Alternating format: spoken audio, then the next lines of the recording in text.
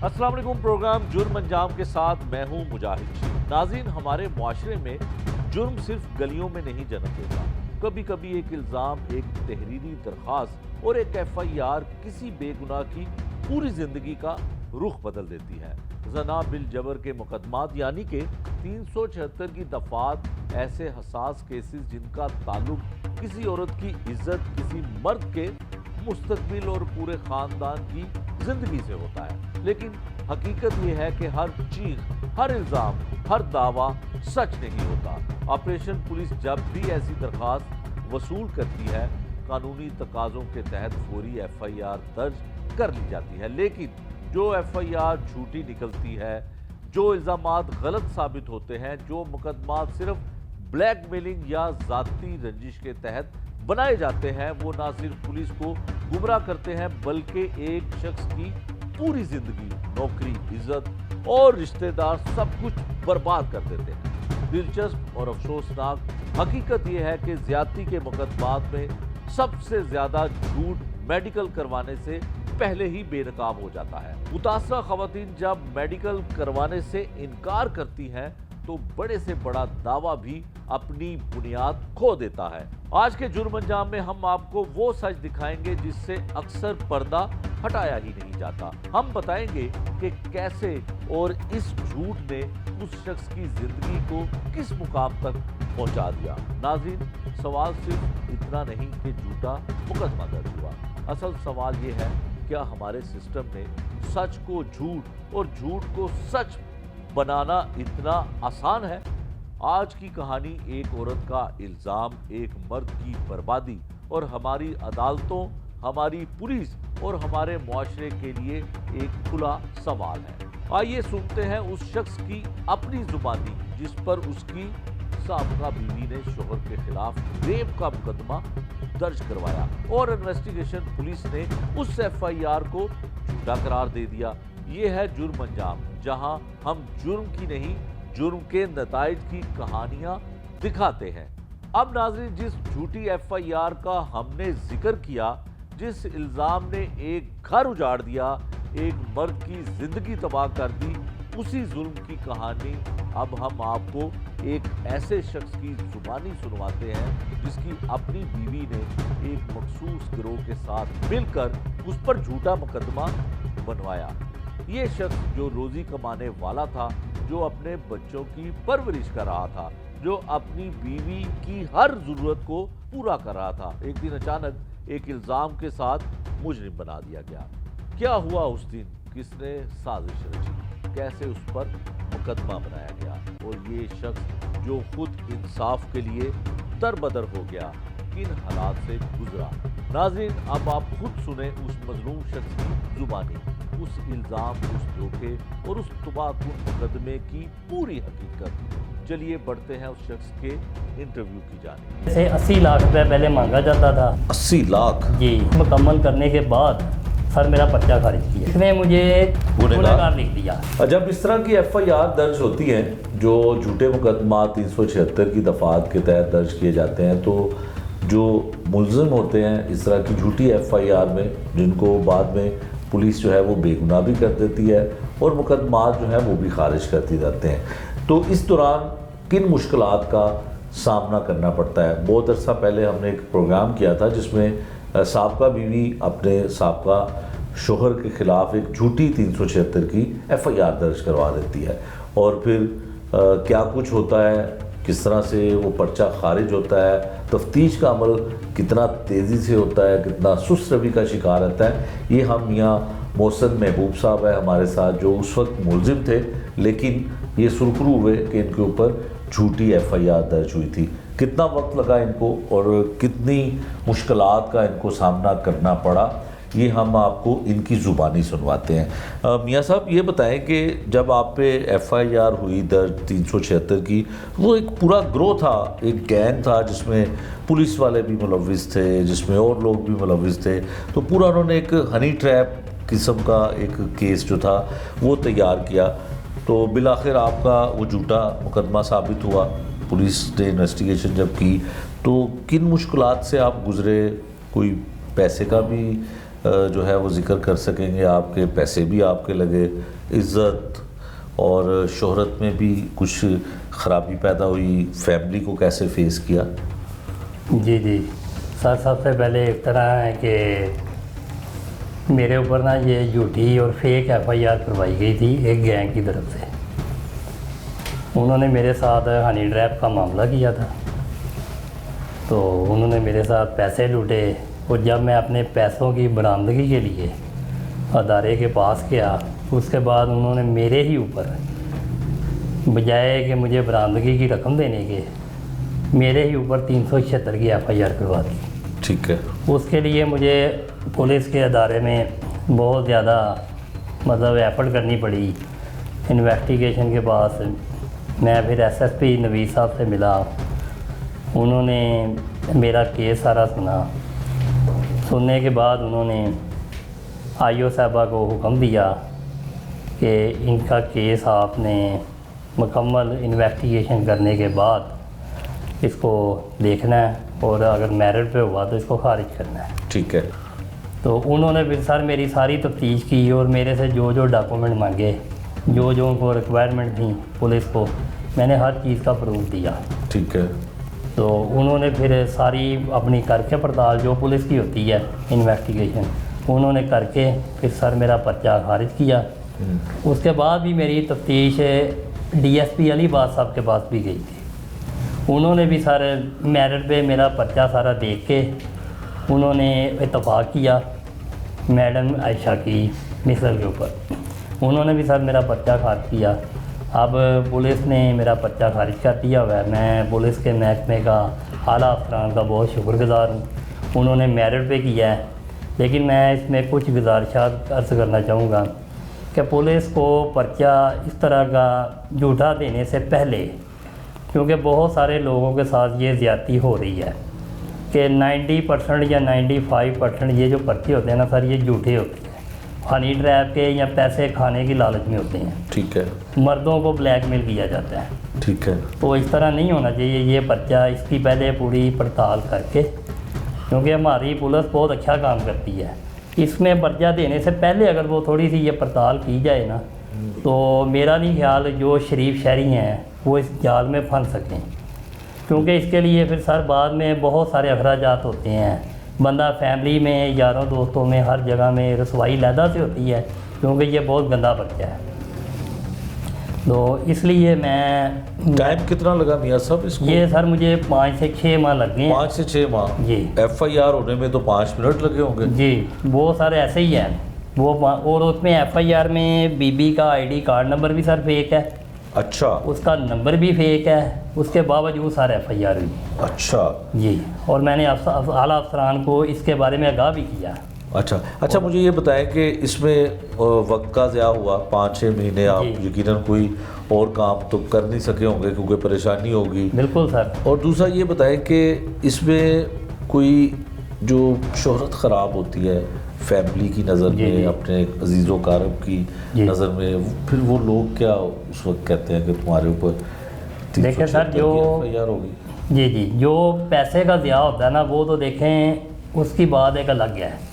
वो तो पैसे का तो मामला और है। जो इज़्ज़त है ना, उससे बढ़ के कोई चीज़ नहीं होती। ठीक है। इज़्ज़त यही बात है कि फैमिली में, बच्चों के आगे, और यार दोस्त जो होते हैं सब मुआशरे में, उनके आगे फिर इंसान का जो वक़ार होता है ना, वो मजरूह होता है इस झूठे मामला की वजह से। और मैं कहता हूँ अगर जिसने जेन्युइन भी की हो उसको सज़ा मिलनी चाहिए। जिसने जेन्युइन 376 की हो उसको कानून के कटहरे में ला के जो भी कानूनी सज़ा है वो मिलनी चाहिए।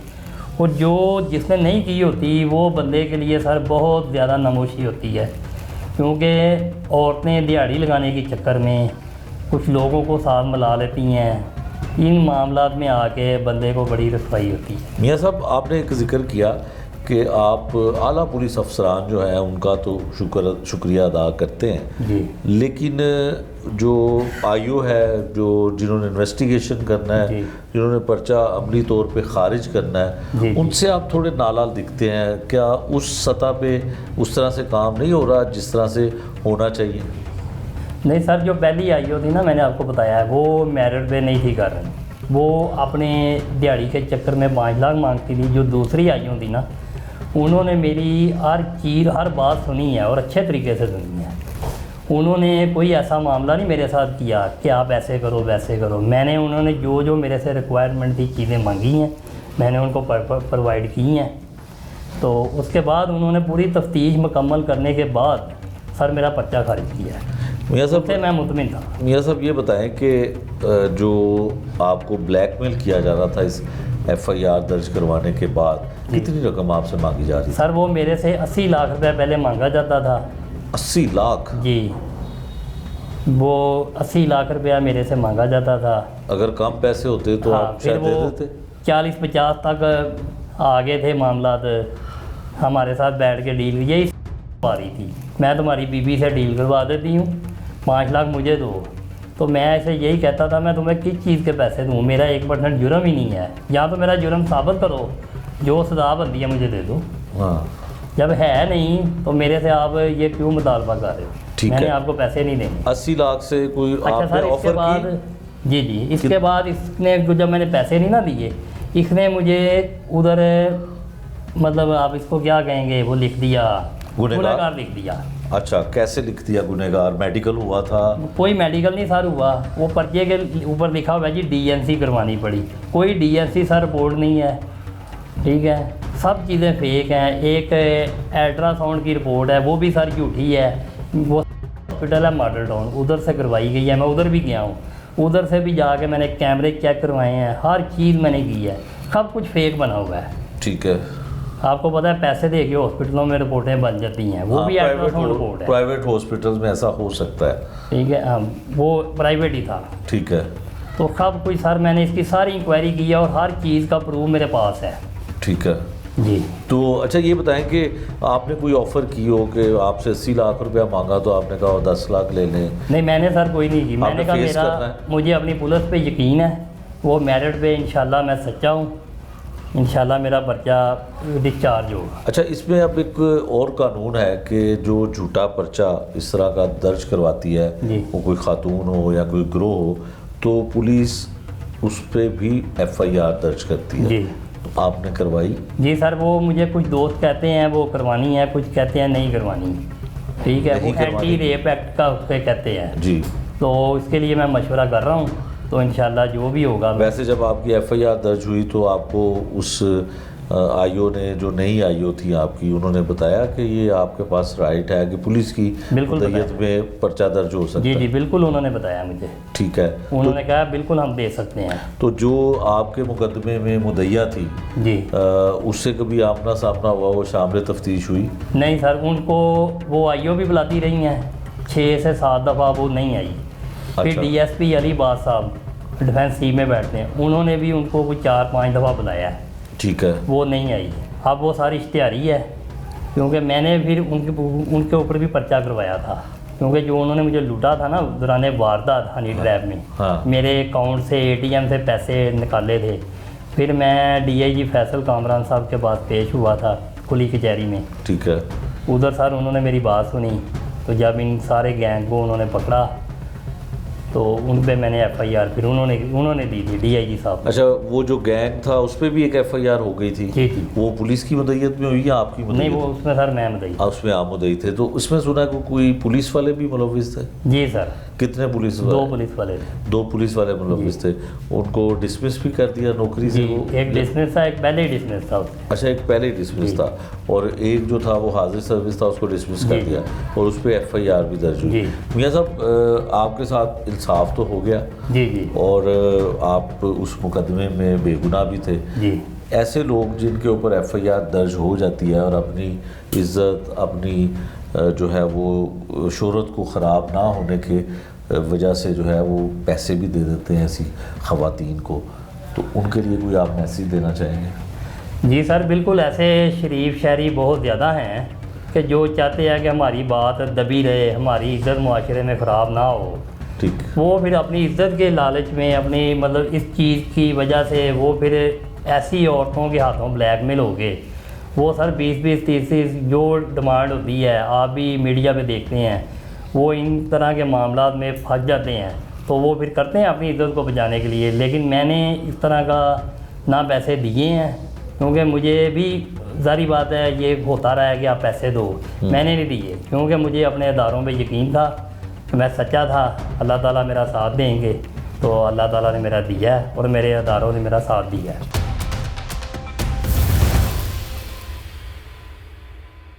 नाज़रीन, अब हम आपको लिए चलते हैं कोट लखपत की उस लर्ज़ाखेज़ वारदात की तरफ जिसने पूरे इलाके को हिला कर रख दिया। एक ज़हनी माजूर 23 साला लड़की के साथ होने वाली शफाक ज़्यादती की वारदात। ये केस सिर्फ एक जुर्म नहीं बल्कि इंसानियत के मुंह पर एक तमाचा है, जहां किसी बेबस माजूर लड़की को निशाना बनाया गया और उसे अपने दिफा का हक तक ना मिला। पुलिस ने इस केस को इंतहाई हसास बुनियादों पर लिया। लेडी इन्वेस्टिगेशन ऑफिसर ने 24 घंटे लगातार मेहनत करके शवाहिद इकट्ठे किए, मेडिकल रिपोर्ट्स हासिल की और इस बात की हर मुमकिन कोशिश की कि उस मासूम लड़की के साथ होने वाली ज्यादती का कोई पहलू, कोई हकीकत ना छुप सके, ना दब सके। अब हम आपको सुनवाते हैं इंचार्ज इन्वेस्टिगेशन लेडी पुलिस की वो गुफ्तगू जिसमें उन्होंने बताया कि ये 23 साला ज़हनी माजूर लड़की के साथ क्या हुआ, ज्यादती साबित हुई या नहीं, मेडिकल कहां तक पहुंचा और तफ्तीश के नताइज किस सिमत जा रहे हैं। चलिए बढ़ते हैं इन्वेस्टिगेशन टीम के मौक़िफ़ की जानिब जो उस केस की हकीकत से पर्दा उठाती है। हमें पिछले दिनों एक कॉल आई थी। कॉल में ये था कि एक बच्ची जो है 23 साल जिसकी उम्र है और उसकी जो 23 साल उम्र के बाद वो जो हॉस्पिटल में एडमिट है, जनरल हॉस्पिटल में, एक किसको नामालूम शख्स ज़्यादती करके वहाँ पे जो है ना उसको छोड़ के चला गया है। हम हॉस्पिटल गए, हॉस्पिटल जाके हमने जब CCTV, क्योंकि FIR उन्होंने नामालूम करवाई हुई थी, हमने उसके आइडेंटिफिकेशन के लिए जो हॉस्पिटल के CCTV कैमरास थे उनको चेक किया। फिर हमने जब उनको चेक किया तो हमें पता चला कि एक शख्स जिसने रेड कैप पहनी हुई है, वाइट शर्ट पहनी हुई है, वो उस बच्ची के साथ बाद में वो वहाँ से व्हील चेयर पर उसको बिठा के वो चला जाता है। जब हमने इन्वेस्टिगेशन शुरू की, लड़की से पूछ-गुछ की, तो हमें पता चला कि वो जो बंदा नामालूम नहीं है, लड़की को उसका नाम पता था। इसमें जो FIR के मुताबिक है, इसमें मुद्दई बना है उसका सगा भाई मोहम्मद शहजाद वल्द मोहम्मद रफ़ीक। उनकी जो FIR में उन्होंने चीज़ें मेंशन करवाई कि उनकी जो बेटी है आमना दुख्तर मोहम्मद रफ़ीक, हॉस्पिटल में वो एडमिट है, जिनकी उम्र है 23 साल। 23 साल की उम्र में जो है ना वो एक ऐसे होता है कि वो किसी के साथ में उनकी अंडरस्टैंडिंग हो जाती है और वो उन्हीं जो है ना FIR में करवा देती है मेंशन कि एक जो नामालूम शख्स हमारी बहन के साथ ज़्यादती करके और उसको जनरल हॉस्पिटल में छोड़ के चला गया। अब ड्यूरिंग इन्वेस्टिगेशन जब तफ्तीश मुझे मिलती है तो तफ्तीश के मुताबिक हमने सबसे पहले हमारा जो मेन पर्पज़ है, हम ये चाहते हैं कि वो जो कल्प्रिट है उसको सामने लेके आए, कौन है कौन नहीं है। हमने उसके लिए CCTV कैमरास जो हॉस्पिटल के नियर अबाउट्स में लगे हुए थे उनको चेक करना शुरू किया। तो CCTV फुटेज में जिस लड़की के साथ में लड़का आता है उसने रेड कलर की कैप पहनी हुई थी, वाइट शर्ट पहनी हुई थी। फिर जब हमने बच्ची से इन्वेस्टिगेट किया तो हमें पता चला कि उस शख्स को वो जानती भी हैं और नाम भी पता है और वो क्या करता है, सारी डिटेल्स उनके पास थी। हमने फिर एंटी रेप एक्ट की SOP को फॉलो करते हुए इस पर अपनी इन्वेस्टिगेशन हमने अपनी कंटिन्यू की, उसका मेडिकल करवाया। जो फर्स्ट प्रायोरिटी होती है हमारी कि हम किसी भी जो विक्टिम है उसका मेडिकल करवाएं, तो हमने उसका मेडिकल करवाया। फिर उन्होंने साथ में ये भी मेंशन किया हुआ था कि हमारी जो बेटी है वो जहनी तौर पे माजूर है, वो चीज़ों को अंडरस्टैंड नहीं कर सकती।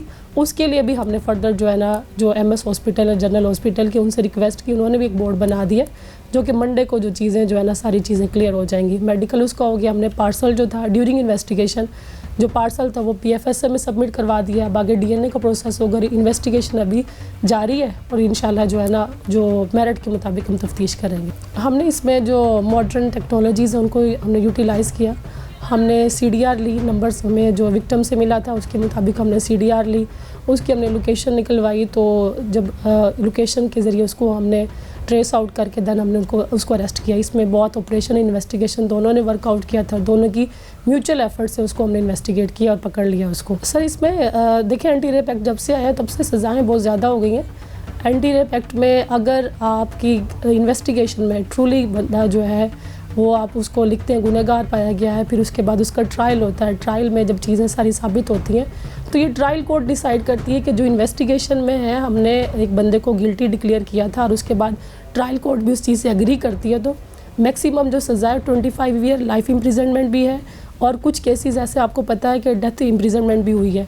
लेकिन अगर इन्वेस्टिगेशन में हमें लगता है कि बंदा जो इसमें बेगुनाह है, एक जस्ट उसके ऊपर एलिगेशन लगाया गया है, तो उस देन हम उसको जो है ना खारिज वाली साइड पे लेके जाते हैं पर्चे को, totally on the basis of merit. Sir हमें जो मेडिकल सबसे इम्पोर्टेंट होता है कि मेडिकल हम करवाएं विक्टिम का। मेडिकल में आपको सैंपल्स दिए जाते हैं, जो सैंपल्स आप कलेक्ट करके आप PFSA में जमा करा देते हैं। PFSA में जमा कराने के बाद आपने दोनों अक्यूज़्ड और विक्टिम को वहाँ पे लेके जाना होता है। वो वहाँ पे इनके सैंपल्स फर्दर लेते हैं, रेफरेंस सैंपल। उसके बाद वो आपको रिपोर्ट देते हैं। जब रिपोर्ट आपके पास आ जाती है तो फिर वो रिपोर्ट आप रेलेवेंट मेडिकल ऑफिसर के पास लेके जाते हैं। वो उसकी बुनियाद पे डिक्लेयर करती है कि DNA मैच हुआ है या नहीं हुआ। तो हमारा काम जस्ट कलेक्शन ऑफ एविडेंस है, हम एविडेंस कलेक्ट करते हैं और वहाँ पे सबमिट करा देते हैं। एक्चुअली सर हमारा जो कल्चरल फिनोमिना कुछ ऐसा लगा लें कि जो रिपोर्ट भी कर देते हैं देन वो रिज़ाइल कर जाते हैं, उसको फैमिली प्रेशर लगा लें, इज़्ज़त का प्रेशर लगा लें, या जो भी चीज़ें सोसाइटल, जो आपको पता है सबसे बड़ा जो प्रेशर होता है वो सोसाइटल प्रेशर होता है। उस प्रेशर के आगे रिज़ाइलिंग स्टेटमेंट दे देते हैं। कुछ इस वजह से रिज़ाइलिंग स्टेटमेंट दे देते हैं, कुछ लोगों का अल्टीरियर मोटिव्स होते हैं FIR कराने के, जिससे हमारा कन्विक्शन रेट जो है बहुत कम होता है रिज़ाइलिंग स्टेटमेंट की वजह से। बट जहाँ तक मेरी, जब से मैं SSOIU सेल में हूँ, मैंने जो चीज़ें ऑब्ज़र्व की हैं, स्पेशली जो माइनर केसेस होते हैं वो जेन्युइन रिपोर्ट होते हैं, और ज़्यादातर जो माइनर के जो केसेस हैं वो एंड तक ही जाते हैं। ऐसा नहीं होता कि उनमें रिज़ाइलिंग स्टेटमेंट आ जाती है। और जब से एंटी रेप एक्ट आया तब से ये चीज़ें काफ़ी कम हुई हैं कि हम किसी ने झूठा पर्चा करवाया, बाद में 164 की स्टेटमेंट में उन्होंने रिज़ाइलिंग स्टेटमेंट दे दिया, तो हम एंटी रेप एक्ट की कार्रवाई करते हैं। हम उस शख्स पे पर्चा देते हैं जो रिज़ाइलिंग स्टेटमेंट दे देता है बाद में। तो इससे काफ़ी इंप्रूवमेंट आई है और काफ़ी अच्छा हो गया पहले से। बहुत अफसोसनाक वाक़या है जी। ऐसे वाक़यात आम अक्सर होते रहते हैं। 2-4 से दुनिया वाकिफ़ है, गुमनाम न जाने कितने हैं। ये आज का माशरा इस हद तक गिर चुका है कि आपको जगह जगह पे ऐसे मामलात होते हुए सुनाई देते हैं, दिखाई देते हैं, और लोग आके रिपोर्ट करते हैं। ये तो वाक़या वो हो गया जो एक आध हो गया और फिर सबके सामने आ गया। ऐसे बहुत सारे वाक़यात हैं जो कि रिपोर्ट ही नहीं होते। लोग आम तौर पे मुख्तलिफ़ वजूहात से डरते हैं इसको बताते हुए। तो सबसे पहले तो ये है कि जी देखें, माशरा एक, अगर इज्तिमाई तौर पे देखें माशरे की ज़हनीत, तो माशरा बहुत नीचे अपनी वैल्यूज़ में गिर चुका है। कुछ लोगों को ऐसी हरकत व सकनात इस वजह से भी करते हैं कि वो ज़हनी तौर पे बीमार होते हैं। बहुत सारे ऐसे ज़हनी व नफ्सियाती अमराज हैं जो जिन लोगों को होते हैं, वो इस तरह के जिनसी हरकत करते हैं जो कि माशरे में किसी भी तरह से काबिल कबूल नहीं है। अब अगर इस चीज़ को लेके चलें कि वाक़यातन ऐसे मामला थे, वो तो ऑब्वियसली जब इन्वेस्टिगेशन होगी तो पता चलेगा, लेकिन अगर वाक़यातन ऐसे मामला थे, इसको कोई ज़हनी व नफ्सियाती मर्ज़ हो, ऐन मुमकिन है कि इसने कुछ ऐसा ना किया हो, कुछ गलतफहमी हो जाए। ये भी ऐन मुमकिन है कि इस पर कुछ इल्ज़ामात वगैरह जैसे हमारे माशरे में लग जाते हैं, ये भी हो सकता है। असल में ये इंसान के अंदर के जो फ्लॉज, खामियां, महरूमियां जो होती हैं, वो इंसान को इस तरह का इंतहाई कदम उठाने पे मजबूर कर देती हैं। देखें, इस तरह के मामला जैसे मैंने बताया कि अक्सर होते रहते हैं, माशरे में हो रहे हैं, लेकिन हर शख्स जो है वो किसी जुर्म को नहीं करता, कानून को अपने हाथ में लेके खुद फैसला नहीं करता। ये बहरहाल बहाने होते हैं। जुर्म जो है वो मुजरिम के अंदर उसकी शख्सियत में होता है। बहुत सारे लोग ऐसे होते हैं कि जो किसी भी मामले को अफाम व तफहीम से सुलझा लेते हैं। ये बात हमने याद रखनी है कि जो भी मुजरिम है ये उसके अंदर होता है, और किसी भी मामले की वजह से वो जब ट्रिगर करता है, यानी कि जो अंदर का जहर है, अंदर का जो गंद है, वो किसी ना किसी बहाने से बाहर आ जाता है। भी कोई समझता है कि उसके साथ बुरा हुआ, अब उसको एक इंसान की फितरत है। देखें, एक बदला लेना जो है ये इंसान की फितरत में है। ये जैसे इंसान के मुख्तलिफ़ किस्म के जज्बात हैं, खुशी गमी, ये बदला लेना भी इंसान के अंदर होता है। ये एक जज्बा होता है। अगर कोई कानूनी सहारा लेता भी है तब भी वो शख्स बदला ही लेता है कि मेरे साथ गलत हुआ, ज़्यादती हुई, अब मैंने सामने वाले को कैफरे किरदार तक पहुँचाना है। कोई भी शख्स जो है किसी पे केस वगैरह करता है या फिर अगर पुलिस का कोई सहारा लेता है तो इस वजह से नहीं लेता। उसकी जहनीत ये नहीं होती कि मैंने माशरे का भला करना है। उसकी यही जहनीत होती है कि मेरे साथ जो बुरा हुआ है अब मैंने बदला लेना है, जो कि उसका हक भी होता है। तो ये एक बहरहाल इंसान के अंदर एक जज्बा होता है। अगर तो उसका, जिन माशरों में कानून की अमलदारी होती है, अगर तो उसका ये जो जज्बा है जो कि ऐन फितरी जज्बा है वो मुतमिन हो जाता है, यानी कि कानून का सहारा लेके, तो फिर तो आमतौर पे इंसान जो है वो मुतमिन हो जाता है। लेकिन जहाँ पे ये नहीं होता तो फिर उसमें देखें ये सिर्फ बात है कि बाज़ औक़ात इंसान माफ़ तो कर देता है अगर कोई माफ़ करना चाहे, लेकिन अगर उसको लगे कि उसके साथ गलत हुआ है, बुरा हुआ है, तो वो जो एक कसक है वो उसके दिल में हमेशा रहती है, वो किसी ना किसी सूरत में निकलती है, जैसे कि गुस्सा किसी का निकला किसी पे।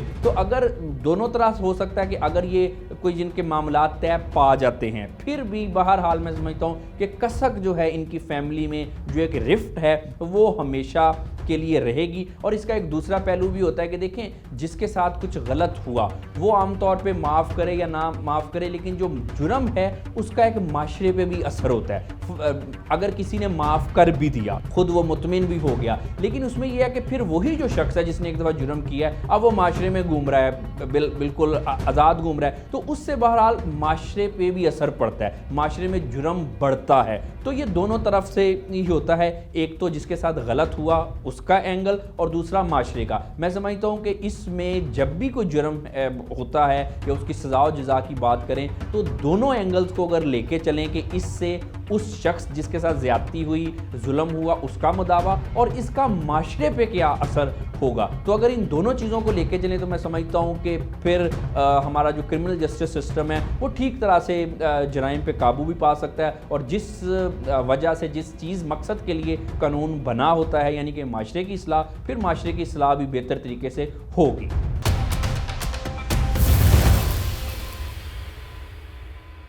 नाज़रीन, एक खातून ने अपने ही शोहर पर रेप का मुकदमा दर्ज करवाया, गिरफ्तारी भी करवाई और फिर एक दिन इन्वेस्टिगेशन पुलिस ने उसी एफआईआर को झूठा कहकर खारिज कर दिया।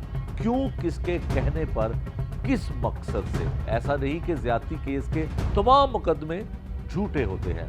जो खवातीन अपने ही शोहरों के खिलाफ मुकदमा दर्ज करवाकर पुलिस की तफ्तीश को गलत करार देती है, आइए सुनवाते हैं उस खातून की जुबानी जिसने अपने शोहर पर ज्यादती का मुकदमा दर्ज करवाया। बेटी लैके अपने घर आई, ए मेरी आया घर मैनू मारिया कुटिया, बच्ची मेरी खो के लै गया।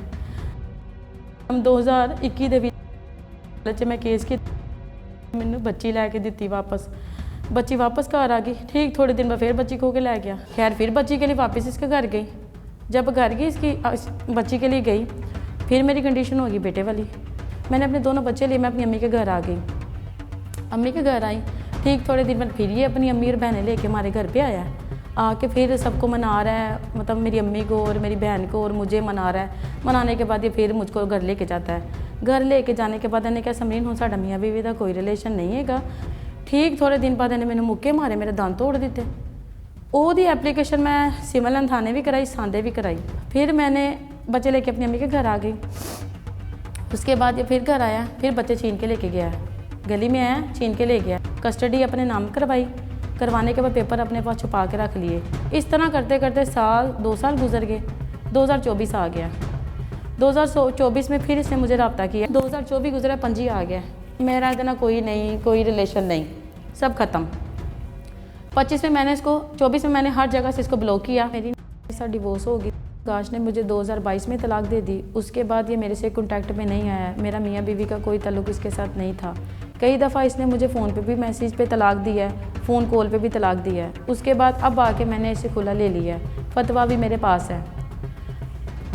ये मुझे बच्चे मिलवाने के लिए झूठ बोल के मेरे घर आया। इसने आके मेरे साथ रेप किया। रेप करने के बाद 15 की कॉल पे ये सिविल लाइन थाने चला गया।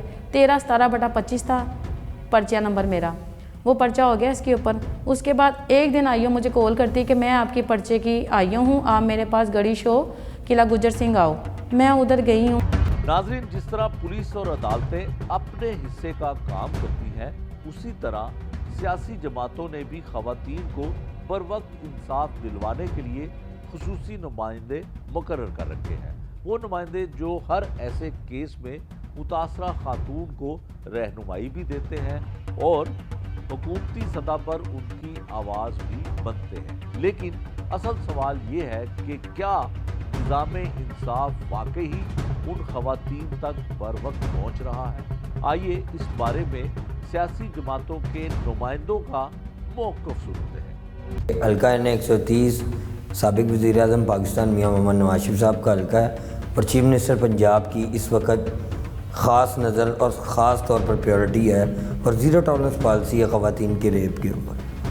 जैसा कि आपको इल्म है कि गवर्नमेंट ऑफ पंजाब ने वाज़ेह पॉलिसियाँ बनाई हुई हैं, उसके ऊपर बच्चों के ऊपर तशद्दुद, ख़वातीन के ऊपर तशद्दुद, ख़वातीन के साथ रेप और बढ़ते दिनों के साथ ये जो क्राइम की शरह में इजाफ़ा होना और उसके बाद फिर क्राइम कंट्रोल CCD का अमल में लाना, ये चीफ मिनिस्टर पंजाब की प्रायोरिटी रही है। मैं समझता हूँ कि ये हमारी बहन है, काबिल इज़्ज़त है, काबिल एहतराम है और जो इनके साथ ज़्यादतियाँ हुई हैं नहायत तकलीफ़देह अमल है, ऐसा नहीं होना चाहिए था। और इदारों के बीच में जो बैठे हुए लोग हैं उनको कम से कम ये ख्याल करना चाहिए कि हम भी बहन, माँ, बहन, बेटियों वाले हैं। अगर आज किसी की बेटी के साथ ये मामला हुआ है तो हमारे साथ भी हो सकता है। इस वक्त मैं मुखातिब करूँगा सबसे पहले चेयरपर्सन ख़वातीन विंग पंजाब जनाब मोहतरमा हिना परवेज़ भट्ट साहिबा, आपके लिए ये ख़ुसूसी तौर पर मैसेज है कि अगर आप चीफ मिनिस्टर पंजाब की इंस्ट्रक्शन के ऊपर अगर कोई केस के ऊपर टेकअप करते हैं तो उसको प्रॉपर तौर पर फॉलोअप होना चाहिए, प्रॉपर उसका फ़ीडबैक होना चाहिए। ये नहीं कि केस का नोटिस लिया, मौका पर गए, पुलिस के हवाले कर दिया। आपके केस देने का, आपके जाने का जो मुस्बत अंदाज़ है उसका फ़ीडबैक आखिरी हद तक समरीन जैसे केस को मिलना चाहिए। और मैं समझता हूँ कि साबिक चीफ मिनिस्टर पंजाब मियाँ शहबाज शरीफ साहब के दौर के बीच में जिस तरह ज़ैनब केस बिल के ऊपर पंजाब असम्बली के बीच में मुतफ़िक़ा तौर पर करारदाद पास की गई थी और उस बिल के ऊपर आज तक अमल दरामद नहीं हो सका, ये नहायत तकलीफ़देह अमल है। मैं चीफ मिनिस्टर पंजाब मोहतरमा मरियम नवाज शरीफ साहिबा से, वज़ीर-ए-आज़म पाकिस्तान मियाँ नवाज शरीफ साहब से और ख़ास कर हर दिल अज़ीज़ शख्सियत कायद मोहम्मद नवाज शरीफ साहब जो इस हल्का के MNA हैं, मियाँ साहब ये आपकी बेटी है, ये आपके बच्चे हैं, ये जिनको आप अपना बच्चा कहते हैं ये आपके हल्का के बच्चे हैं। ये वो बच्चे हैं जब वोट नहीं डालता तो ये घरों में जाते हैं। ये वो क्रिश्चियन कम्युनिटी है जिसको आप असम्बली फ्लोर पर खड़े होकर कहते हैं कि मसीही लोग जो उनसे मेरे भाई हैं। चीफ मिनिस्टर पंजाब कहती हैं कि मसीही लोग, क्रिश्चियन कम्युनिटी के लोग मेरे भाई हैं, मेरे माथे का झूमर हैं। तो खुदारा चीफ मिनिस्टर पंजाब से इल्तमास करूँगा कि समरीन का केस दोबारा रीओपन किया जाए और जो AIO और दीगर अफसरान बाला ने इनके साथ ज़्यादती की है उसका एहतसाब होना चाहिए। नाज़रीन, आज जुर्म अंजाम में हमने 3 मुख्तलिफ ज़ावियों से एक ही तल्ख हकीकत देखी कि झूठी FIR हो या हकीकी ज़्यादती, दोनों हमारे मुआशरे और इंसाफ के निज़ाम के लिए एक बड़ा चैलेंज है। पहली कहानी उस खातून की थी जिसने अपने साबिक शोहर पर ज़्यादती का इल्ज़ाम लगाया, मगर पुलिस तफ्तीश ने साबित किया कि ये मुकदमा महज झूठ और ज़ाती रंजिश पर मबनी था। दूसरी तरफ एक मर्द की जिंदगी उस वक्त बिखर गई जब उसकी अपनी बीवी ने एक गिरोह के साथ मिलकर उस पर झूठा मुकदमा खड़ा किया, जिसका दर्द और बेबसी आपने उसकी जुबानी सुनी। और फिर कोट लखपत का वो हकीकी और लर्जा खेज वाकया जहां 23 साला ज़हनी माजूर लड़की ज्यादती का शिकार बनी और पुलिस ने इंतहाई संजीदगी से इस केस की तफ्तीश करते हुए शवाहिद जमा किए ताकि मुजरिम कानून की गिरफ्त से ना बच सके। ये तीनों कहानियां हमें याद दिलाती हैं कि सच और झूठ का फ़र्क सिर्फ अदालत नहीं, मुआशरा भी मुतय्यन करता है। और इल्ज़ाम लगाना आसान, मगर उसका असर किसी की पूरी ज़िंदगी पर पड़ जाता है। ये था आज का जुर्म अंजाम। नए प्रोग्राम तक के लिए मुझे दीजिए इजाज़त। अल्लाह निगहबान।